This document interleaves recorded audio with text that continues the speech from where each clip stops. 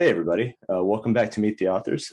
Today, we're going to talk to Clay Vermulm about his new novella called Crevasse, which just finished reading not too long ago and is quite a gripping exploration in horror.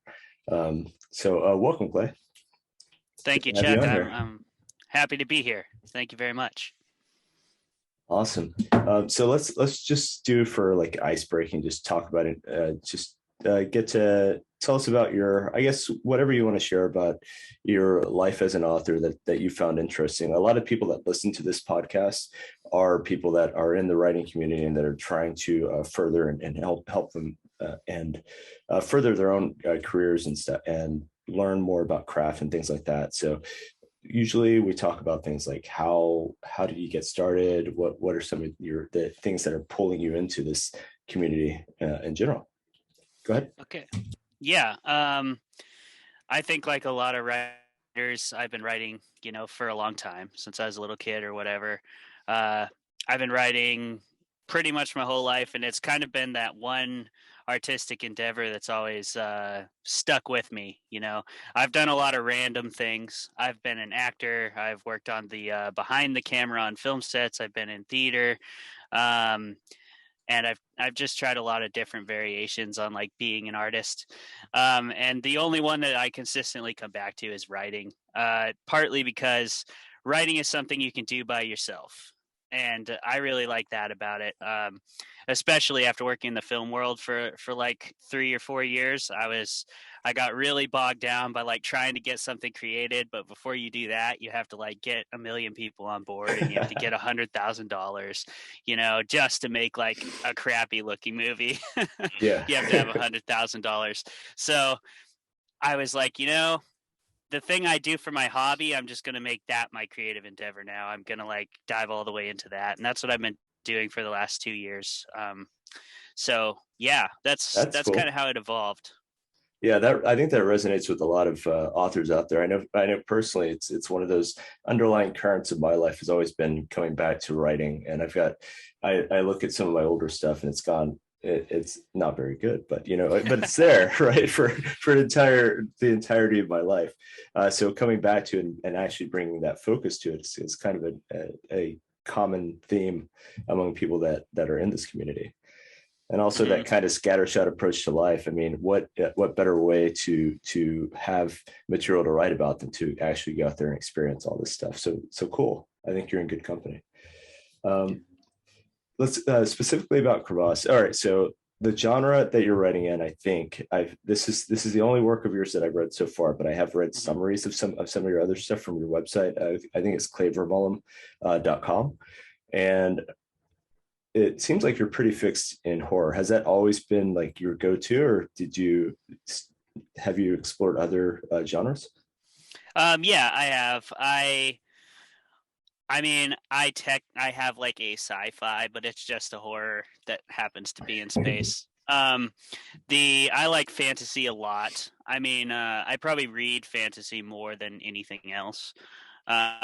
I haven't quite broken into writing too much fantasy. I am working on an ongoing serial that if you join my newsletter, you get to beta read those episodes one by one.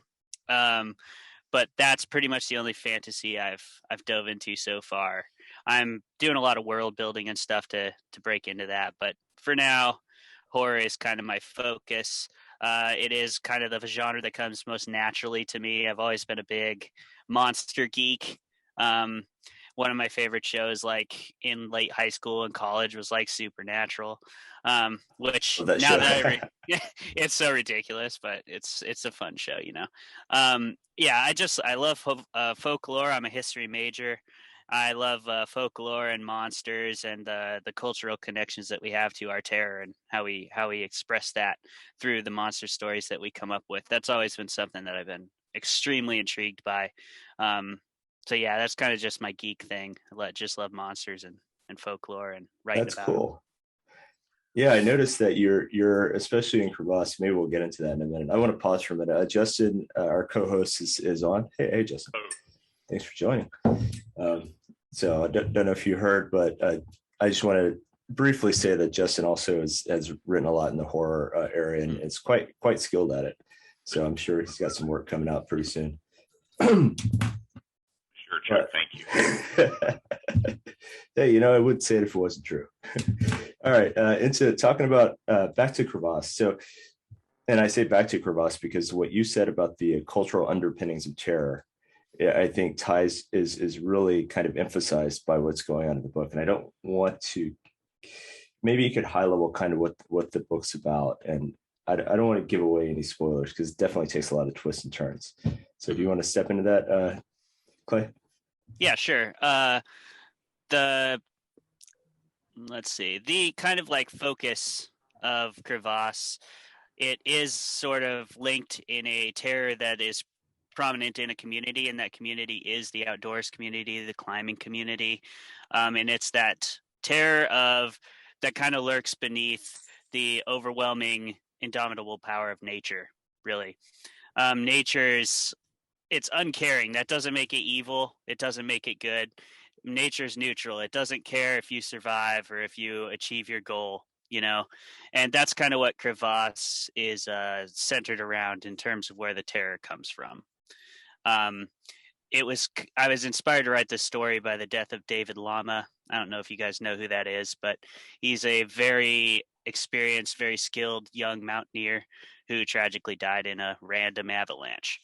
And that kind of inspired me that, no matter how good you are, no matter how driven, no matter how much of an expert at your craft, when you're out there in the mountains doing dangerous things can still overcome you. Like there's no stopping an avalanche. So that kind of fear and that tension that is always there when you're doing these kind of activities, it's worth the risk if you love the sport, but it's also terrifying. Like it doesn't matter how good you are. It's pretty scary.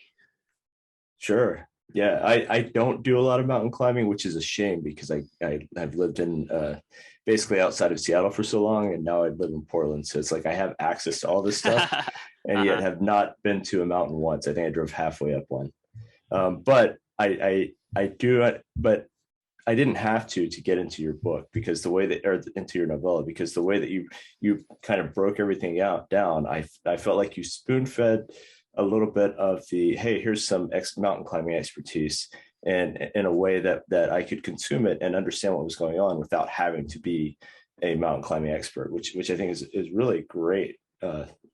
Well done. Something that I think we all strive for is figuring out how to get those details in without being a little too preachy and over the top. Thank you. I owe a lot of thanks to my editor, Kristen Noland, for that.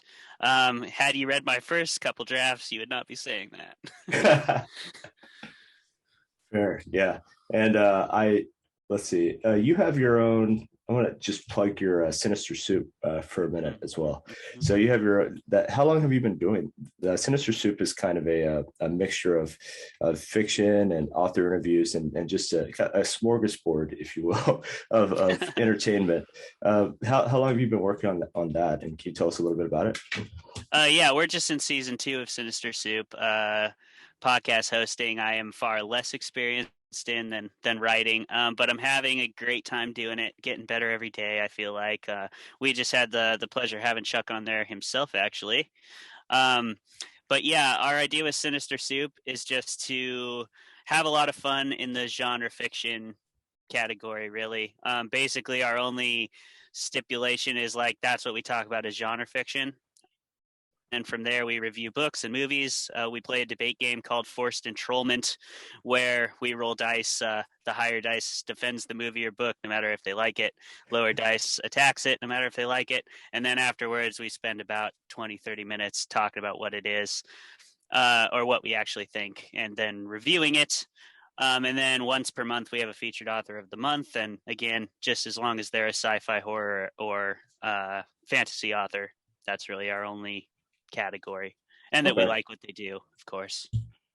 Sure. Can other authors that are watching this podcast reach out to you, go out to your website and get more information on how to get into that slot? Yeah, please do. I would love to hear from more authors. The best way to contact me is just go on my website, do the contact me form there, or you can reach out to me at clayvermulmfiction@gmail.com. All right, great. So one of the things that I'm going to switch kind of back to Crevasse and feel if I'm bouncing around too much for you, just feel free to like redirect. That's fine. One of the things that struck me about Crevasse was I recently watched The Night House. Are you familiar with that on Netflix? I think so. Not. Is that the one with the house? She suspects her husband is doing some shady stuff, and then he ends up having a second house. Yeah. Mm-hmm. Yeah. So and it struck me that there are some similarities in that, and between that and kind of what you're doing in Crevasse, and the way that the way that you weave these timelines together, and that the different characters that you never really know what the truth is until you get kind of close to the very end, and then you've got this overarching kind of supernatural element that you hint at the very beginning, and then but it doesn't really become salient until you get to the end of your novella. So I think that kind of pattern, I've been on a horror kick recently, and so I've been watching a lot of horror movies, and I feel like in the more recent fiction that pattern is kind of there, where it takes you, instead of the old like 10 years ago horror where it was all like blood and gore and cutting people up, we're now at this place where the supernatural is playing a huge role in the horror genre. So is that something that were you intentionally following the trends in horror to get to that, to make that decision, or is this just something that kind of grows organically, that you're going to tell this supernatural horror story? I've always been more interested in the supernatural side, of the more fantastical side of the horror genre. My favorite horror movie, to give you an idea, is like Sinister. That's recent, post 2000s. But I love that. I always have loved supernatural psychological horror over anything like blood and gore. And I don't really like if the monster's a human at the end. I'm not interested. Click it off. I want monsters, man. That's what I'm all about. So no Scooby-Doo for you. No, no. I love Scooby-Doo till the end. They ruin it every time, except for Zombie Island. You know what I'm saying? Zombie Island. Yeah. Yep. That was the only one that had legit monsters in it. Yeah, cat creatures, man. Nobody does cat creatures. That was a great one. Yeah. That's pretty cool. All right. So one of the things that kind of struck me about your story is also the diversity of your characters. And you even had a Marine on there. I just wanted to call that out because I was in the Marine Corps. So yeah, so awesome. And it's very clear by the way that you write these characters that you have a concept of who these characters are. What kind of pre-work do you do to get to that point, or do they just spring fully formed into your mind? Some authors say that never works for me. I have to do a lot of like background stuff. How do you approach your character building, if you will? I kind of have an approach I've developed that works for me. It's sort of a mix between pantsing and planning, of course. I usually like to write my first draft like with no outline, and then I kind of do a reverse outline thing. So I wrote Ellie to be like, that's the Marine character. Yeah. I based her on a few different people I know. I know some people in SAR. I know a lot of military veterans. So I just sort of took the knowledge I knew from being around them and put them into a character. For the most part, I start with kind of like what the character cares about, and what kind of things I want them to value. And then I sort of put the armor and the dressing on as they go along through the story. So yeah, I do kind of let them develop themselves. I find I really like to just get into the flow and kind of let them make their own decisions. In my opinion, that's the best part of writing, is when you like lose 2 hours of your life into the story, and suddenly you have a character and the characters are doing stuff that you didn't think that you never outlined for or didn't plan on them doing. Like, that is the best feeling in the world. So if I can allow myself, I should say, to get into that state, I always aim for that. I try not to corral myself. I like that. I like that a lot because there's nothing quite like writing a character and then you got this plot. I tend to I started off as a pantser, but now I'm more of a plotter. I like to write everything out, but then inevitably you'll be like halfway through your story, and then one of your characters will do something that's completely in line with who they are, but it throws everything else that you just all of your outline. It all you have to toss it all and go in a different direction because a character just wouldn't listen to you. So I get what you're saying. Absolutely. Yeah, I like that philosophy. I don't remember who said it, and maybe Stephen King, but somebody said the author is allowed to change the world, but never the characters. I think that was an on writing, but I'm not entirely sure. But that's kind of the philosophy I go by these days. I like to do like story beats for an outline, but just sort of like very vague. Usually I'm writing like I'm 10 years old, like guy goes to this place and other guy doesn't like it. But just so I know kind of a general direction to point myself. But yeah, then when things change, I don't have this like detailed graphic outline that has to get thrown into the fire. Yep, exactly. Yeah. So a lot this journey that you've taken with writing, this you pull a lot of this information, or at least the expertise around mountain climbing. You do a lot of that yourself, and A that fair amount. Mm-hmm.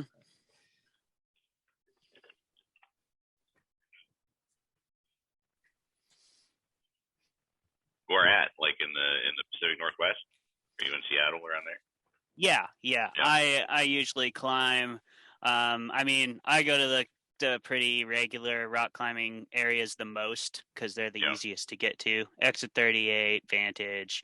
I like to go out to Darrington. There's some nice big rocks that nobody knows about out there. You can go have a nice day to yourself. Leavenworth, of course. And then I've been to some other places. I've climbed down in Bishop, and I've climbed in Yosemite. I climbed Half Dome last year. Oh, nice. So that was pretty epic. Yeah. That's the biggest thing I've done. You free climb or? If you mean free solo, no.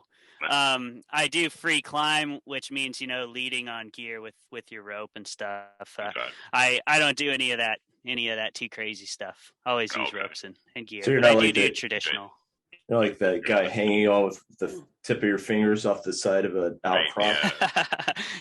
No, I am not. I'm more like if you were going on characters in Crevasse, I'm a lot more like Ellie and a lot less like Travis at the beginning of the book, who's free soloing on ice. He is based on a guy named Marc-Andre Leclerc, who also tragically passed away. But if you guys haven't seen the film The Alpinist, I highly recommend it. That is what inspired me to write that prologue. It's a fantastic film. Just he was a beautiful man, Marc-Andre. That's awesome. Cool. Yeah, I wrote that down. I'm gonna have to look at that.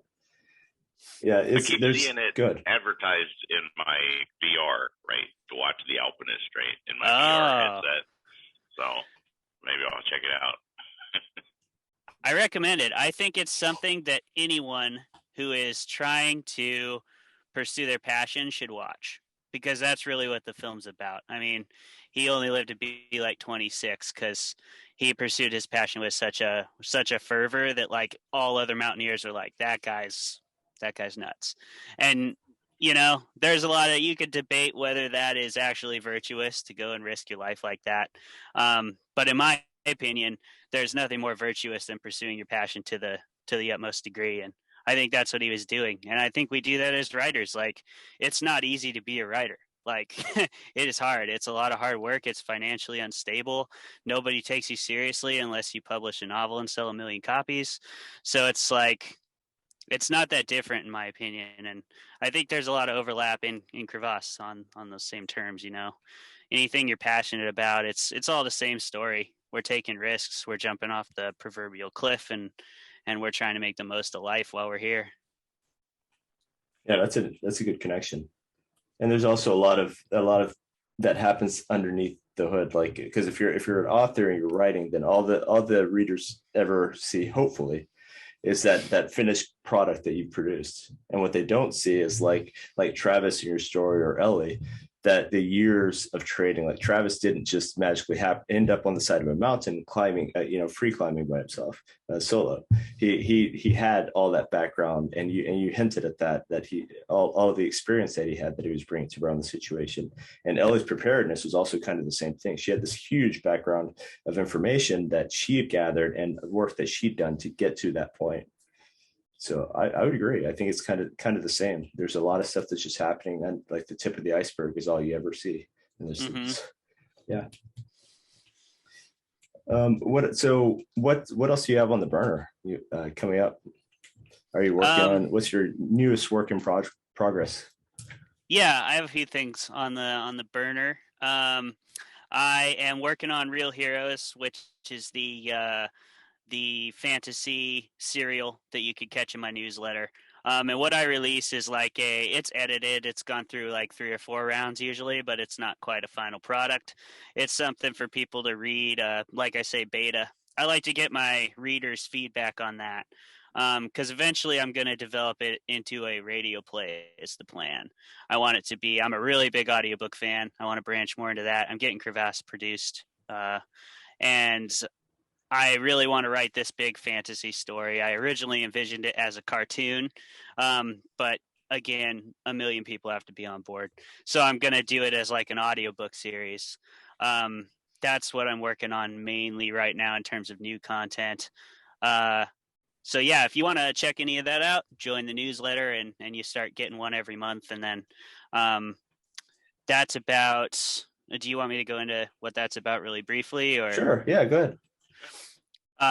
The concept of that is like the characters, it's kind of a satirical look at the fantasy genre. The characters live in an empire governed by an organization called the Noble Persons Conglomerates, so NPC.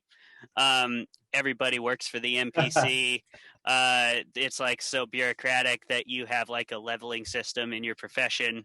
So it's basically if the rules of a video game were applied to real life.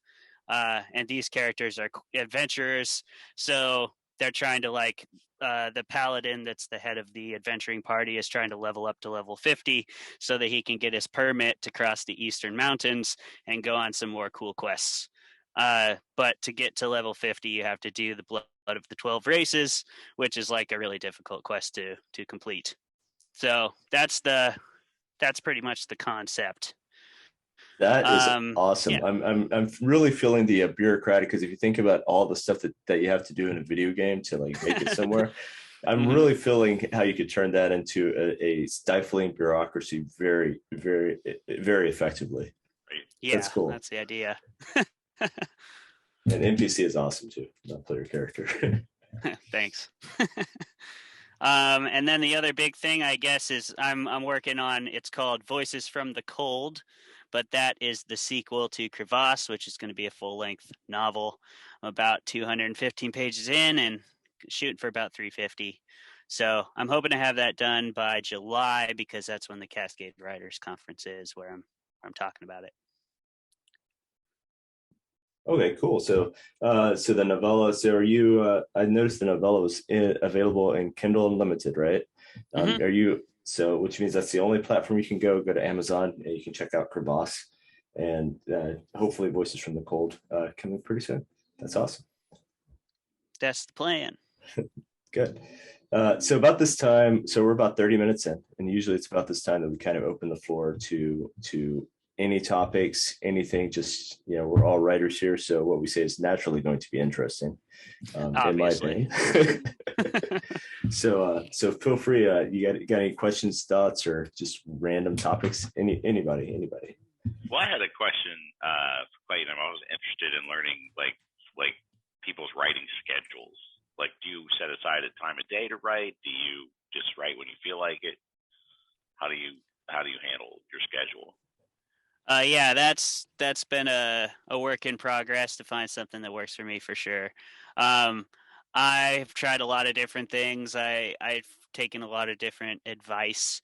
But finally what I've pretty much landed on is I have to write like every day except for one day a week. I take one day a week off, but that's just because my day job is really grueling on Fridays, and I cannot like do anything after I get home. So, but yeah, every other day of the week, I always write for 1 hour at least, and then For an hour. 1 hour or 1,200 words. So if I don't get to 1,200 words by an hour, which I almost always do, I then will force myself to write until I hit 1,200. But usually I hit 16, 17 in an hour, so it's okay. Wow, that's fast. I do 1,000 words a day, every day, rain or shine, and and I can get that in about 45 minutes.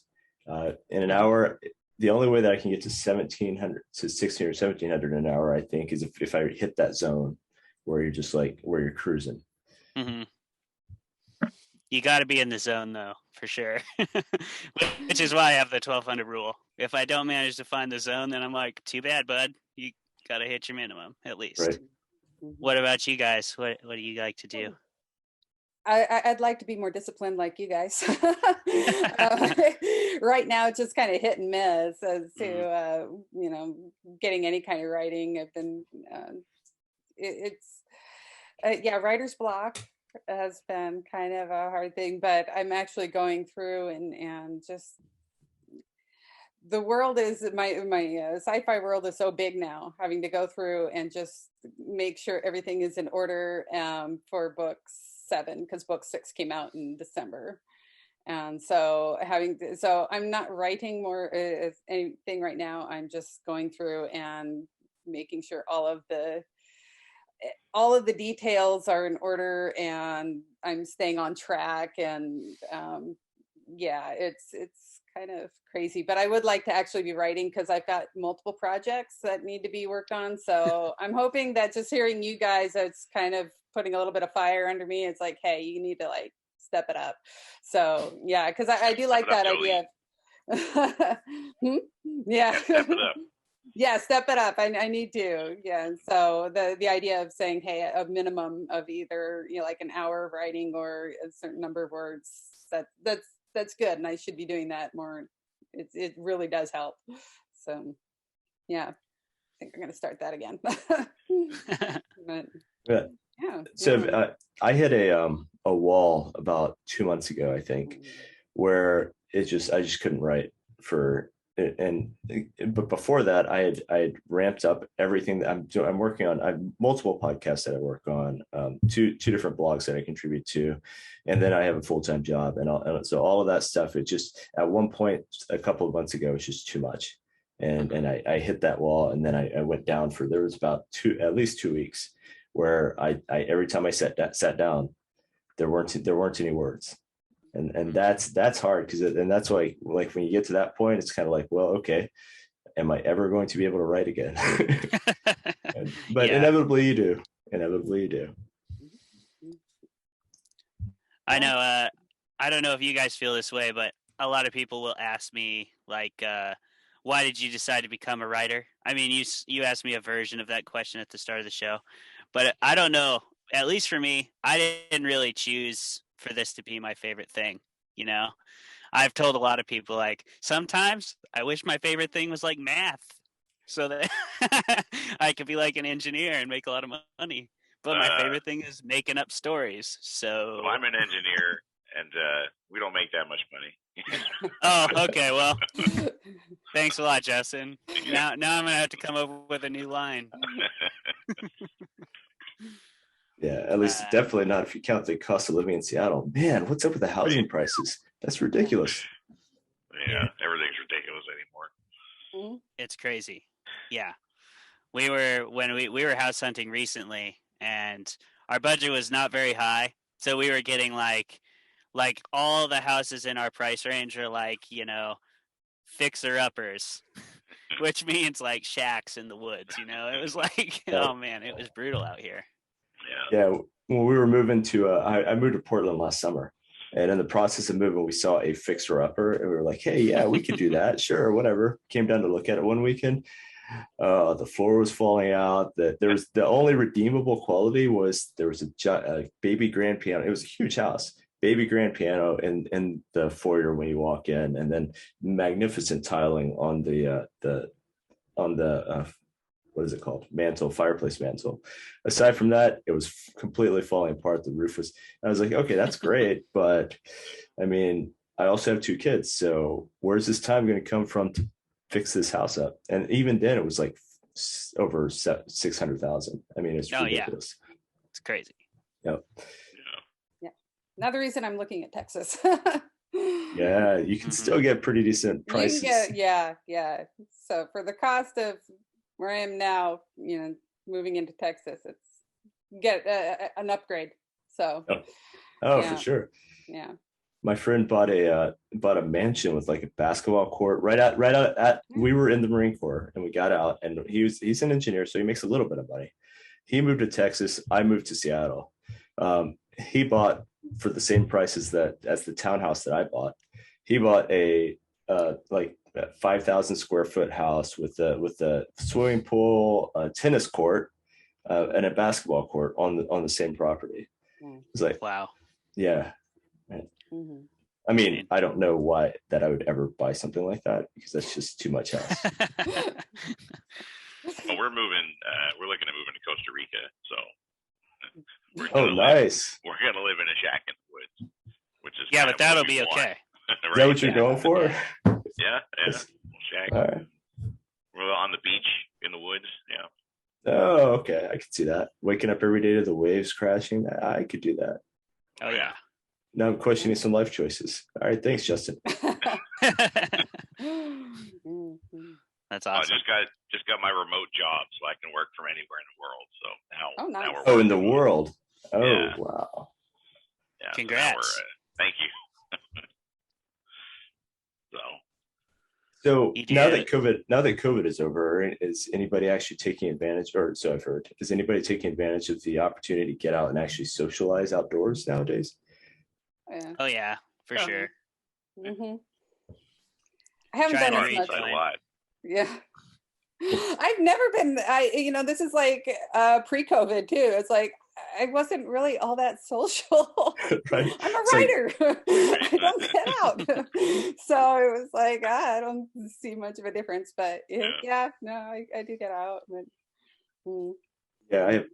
Yeah, there are going to be some conferences and things that are happening later this summer that I'm interested in going to, and might actually go in person. And it's a little nerve-wracking, because now what I find is that when you get out there and there are all these people around, like I've never been super social, but now it's just like all these people. It's like, okay, what do I do with all these people around me? It's a little, Maybe Looks that's like you're outside right now, Clay. Are you getting ready to go for a hike or something? No, I wish. I'm still packed from a climbing trip I just took a couple days ago. But the just never got around to unloading the car. I'm working my day job here, so I just clocked out for an hour, and I'm gonna doing it in my car here. Okay. Yeah. That was me on Tuesday, actually. When I did the interview for with Sinister Soup. That's what I was like. You sent me that email, and then I saw the email, and I was like, oh wow, that's when I saw the email. It was at 9:00. So it's like, well, okay, nice. So let me just take a break here and try to make this call. But it was good. I think you guys handled it pretty well. You had some great questions. Oh, thanks. Speaking of it now. Yeah. The weighing in on the Sinister Soup thing, if anybody's thinking of doing it, I'd recommend it. I was there, it was last year with Nighthawk. So, that's you, Jolene? Yeah. Okay. Yeah. I thought your voice sounded sort of familiar, but I didn't recognize your last name because it's different for. The Nighthawk, I go by my first and middle name. So I thought your name sounded familiar, and then when they said Sinister Soup, it all came together. But that was a really good. It was a good time. It was, that was great. Yeah, so if there are people that watch this and are going, I'd say look at to get into Sinister Soup. That was a good one. Thanks, Jolene. That's awesome. That's awesome. Well, Justin, you got to come on next. Oh yeah. Well, I got to write something first. Fair enough. I'm a very plodding, slow, terrible writer who has no discipline and writes maybe twice a month. Gotcha. I need. Well, I have 4 children as well, and Yeah. like I said, I'm an engineer, so I'm super busy all the time. Mm-hmm. I mean, it's hard to find the time, and it takes so much work too. I mean, yeah. And I just have to have that discipline to make the time, and I don't. I'm too lazy. Doesn't sound lazy. I got no kids, so like my time is much more available to me. If I had kids, I don't think I'd write hardly at all. That'd be hard. That's a little tough, yeah. Yeah, it's a challenge for sure. And then you have those writers out there they're like on their 15th novel, and they're just plugging away and talking about all the obstacles that they've overcome, and you're like, well, yeah, that's great. How did you stop talking? Yeah, seriously. Yeah, I always end up writing myself into like a corner kind of where I'm like, I don't want to do this anymore. And I go back, and then I got to change like 100 things leading up to the moment that I already wrote, and then I'm like, whatever. Yeah, no, I feel that. I wonder if that's true for the rest of us on the call. Because when it seems like every novel or every even short stories even, I hit it at the beginning. I'm excited. I'm plowing through it. I get somewhere about 50 to 75%, and then I'm like, oh man, I never want to see this again. Does that happen to anybody but me? Oh yeah. Oh yeah, absolutely. I think most creative people probably have some version of on my computer it's called the maybe later folder. We probably all have a version of that, right? It's got 16, 17 stories in it. Like just like you said, 75% done. If I cranked them all out, I'd be one of those authors you're talking about. But I can never some of those. Yeah, it's weird you hit that wall, right? But once you do, it's really hard to get motivated to finish that story. You gotta that's why I started doing the hour a day thing, because it's like that does help me plow through it.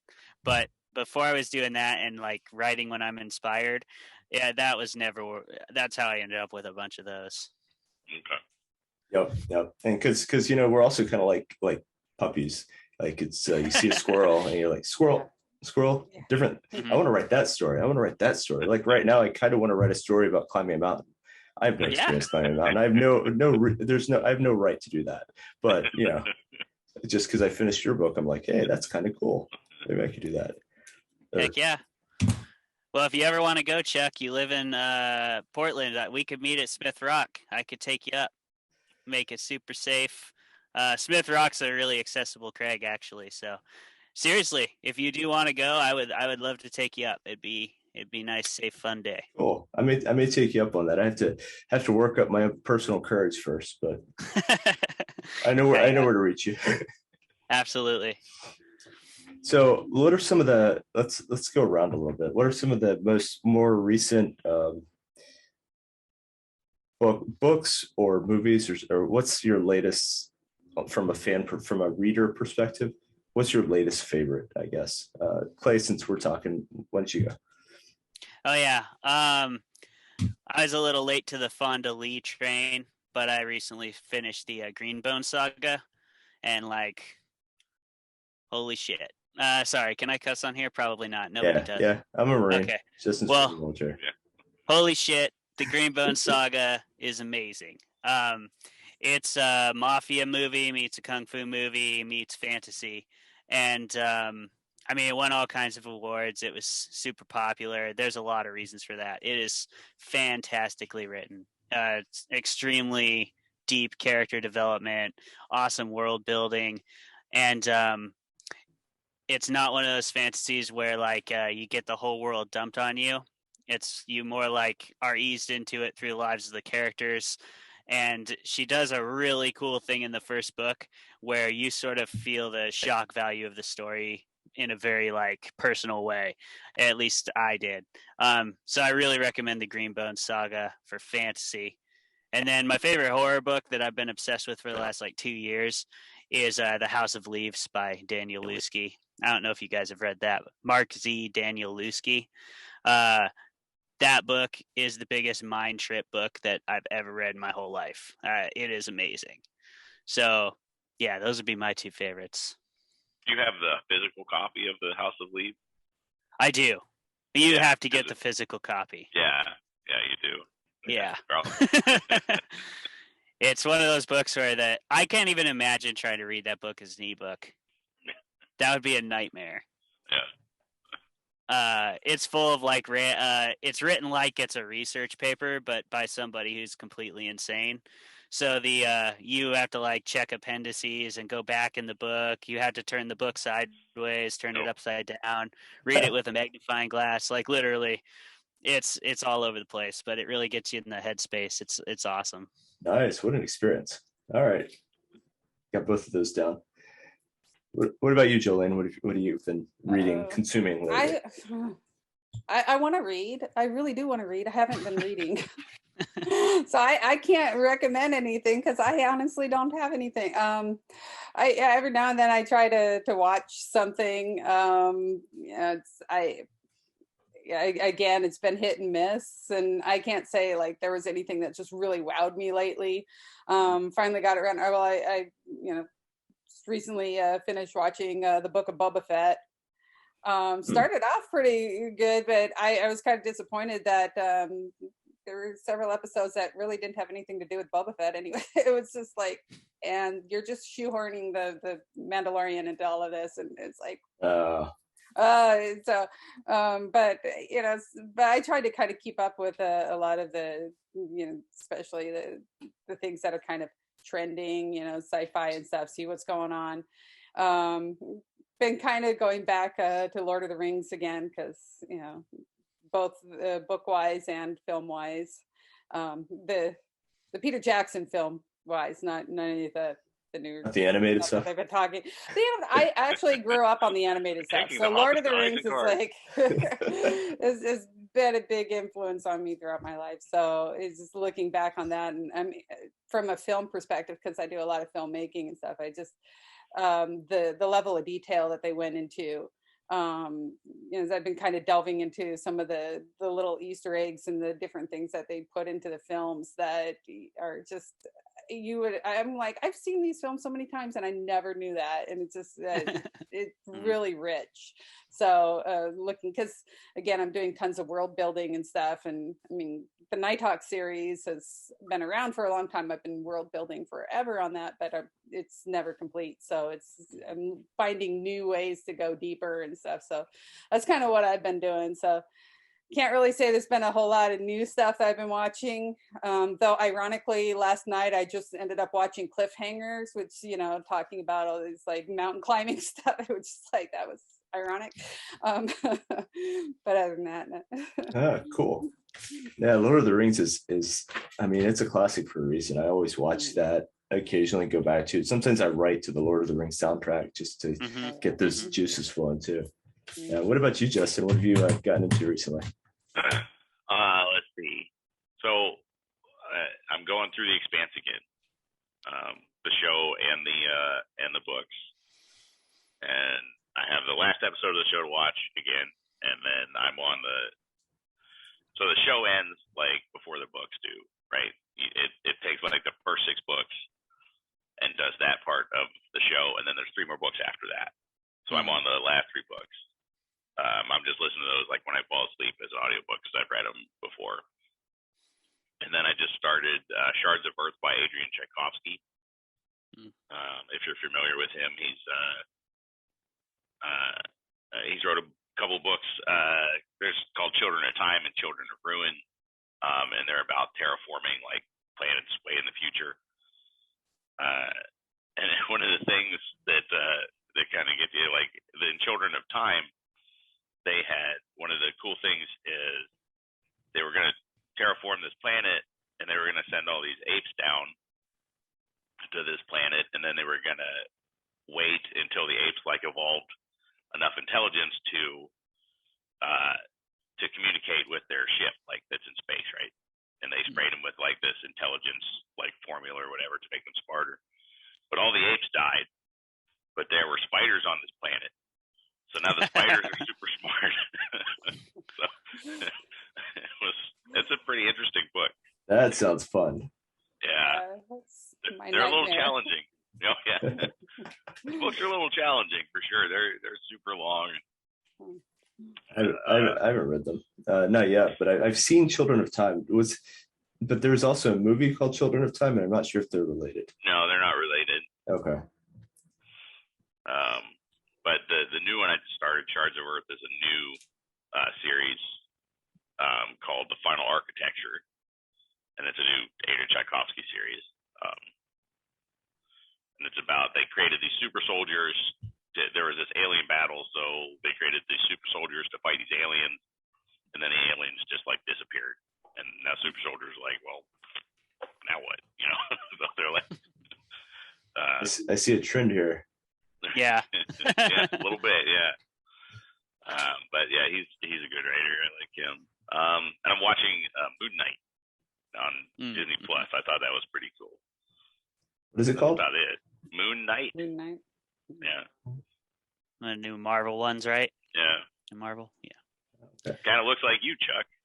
The guy. You know, you look like Oscar Isaac a little bit. All right, I'll have to check it out. I also look like the little dude on the Dr. Pepper commercials from way back. I used to get that a lot. That one might be a little less flattering. Yeah. Oh, that's cool. So I'm writing down all these names of books and stuff that you recommend, that you guys are recommending. So I have a backlog now. So my recent one, I've started Wicked for the book for the first time. I've seen the musical. The book is totally different, and really the book is better. And there's just so much, like there's like insurrection, overthrowing, plot. It's a massive book, and they distilled the movie down to like just the Wizard of Oz story, basically, is what they put in the movie. So it's not as good, or not the movie, but the musical. But I started this one, Wizard of the Pigeons, and I started this like 2 years ago and finally finished it this year. Megan Lindholm, and it's not her fault. I'm just a slow reader, but this book was kind of amazing, and in that it was one of those first person. It's not written in the first person, but it's written in such a way that you follow a character very tightly, and that character you're not really sure if they're insane or not. And like this guy, maybe he's a wizard, maybe he's not a wizard. Stuff that he does is pretty amazing. You don't know, and you never really know. And but it's only until you get to the end, having yearning to find out, wanting to find out whether or not he's a wizard, that you realize that that's not even the point of the whole story. It's like by the time you get to the end, you realize it's not about him and the magic and all of that stuff. It's really about him as a person and the trials that he goes through, facing in his life, but you don't care because of the way the writer does it. So, and I understand that this book is also like the first groundbreaking for like urban fantasy. This is one of the initial launchings of the urban fantasy genre, which I didn't know when I picked it up. It was a gift from my wife. So it's published 20 years ago, I think. But anyway, so I thought that was a fantastic book. Awesome. So we have time. We have about 5 more minutes left. Anybody have any subjects that we haven't broached yet that you'd like to get into? Sports teams that are winning that shouldn't be, or are losing that should be winning? I wouldn't know. The Kraken kind of sucks. So if anybody likes ice hockey. Yep. I know there. No. Well, I was going to UT, so my fan. Like 100 years ago, who cares? But it's the Austin Ice Bats. Oh yeah, I've Ice Bats games. Yeah. Yep. When I lived in Killeen. Yeah. That's the only hockey team that I've seen and that I've actually gone to a game for. Oh so, yeah. I don't follow strongly, but if they're around, then I will definitely root for them. Even though I still don't think they're very good. But well, you've got the Portland has a team. I can't remember their name, but they have a little league. Why am I saying little league? Minor league team, not little league team. Little league hockey. Right. Don't call them that. Right. Yeah. Just fight words. Yeah, that's a great way to lose a tooth or two. Yeah. It was funny because I was at.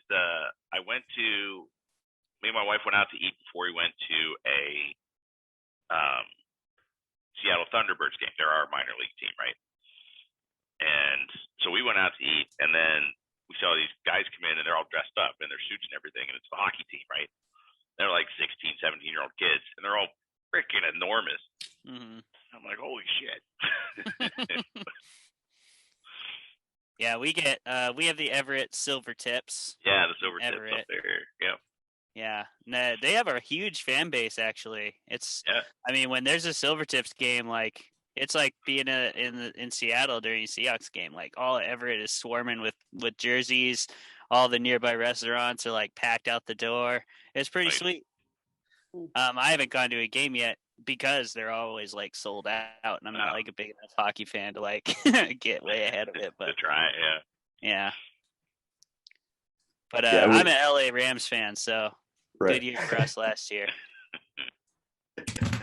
That's the only sport I really follow. Sure. Yeah, I don't follow sports. And I kind of watch football a little bit during the season and everything, but I'm not a huge fan in any particular area. Yeah, I'm right there with you. The Ice Bats are really the only team that I've ever paid close attention to outside of the Seahawks. Mm-hmm. Love the Seahawks, but like it's the same situation. I would never go to a game just because I can't really either afford to, or even if you did, it's just like it's crazy. It's crazy, but it's crazy in a good way. Yeah. All right. Well, I guess we're about ready to sign off. That's I have one more question for Jolene. Yeah, go ahead. Yeah. Jolene, you have anything coming up this summer over here in Auburn? I did sign up for the 4th of July. Okay. To be there at the books for 4th of July. That's the only thing in Auburn. As I don't know if you were on when I said that I'll be at SummerCon in Puyallup in June. So I didn't know. Okay. Yeah, I'll be there. And a couple other street fairs that I'm signing up for, but that's about it right now. I'm kind of hesitant to sign up for too much just because the whole moving situation. I'm not sure when that's going to happen, but we'll see. Yeah. All right, I'll see you around probably. Yeah. I'd love to see you guys out and about. All right, so that's all right. So I'm gonna wrap us up here a little bit. So it's Clay Vermulm, and your website is clayvermulm.com. Clayvermulmfiction.com. Fiction.com. Clayvermulmfiction.com. Write that down. And also you have sinistersoup.com, right? Sinister Soup podcast, yeah. Podcast. Oh, it's a podcast. Okay. Yes. Cool. And they can get all that information on your website. What's that? You were on it, right? Yeah, it was. But I was confused. I write, so most of the time my mind is in a fantasy world somewhere. Right. I'm only partially paying attention to what's happening on Earth. All right, cool. Well, thanks Clay for coming on. It's great to meet you. Thank you guys. It was really fun. And thank you, Jolene, as always. It's a pleasure. Yeah, I'm glad to be back. All right. Yeah, we missed you, Jolene. I know. And co-host Justin Wagner. You got anything else to say, Justin, before I close this up here? No. Everybody have a great weekend. See you next time. All right. Okay. See ya. Sounds good. Thanks, guys. Have a good one.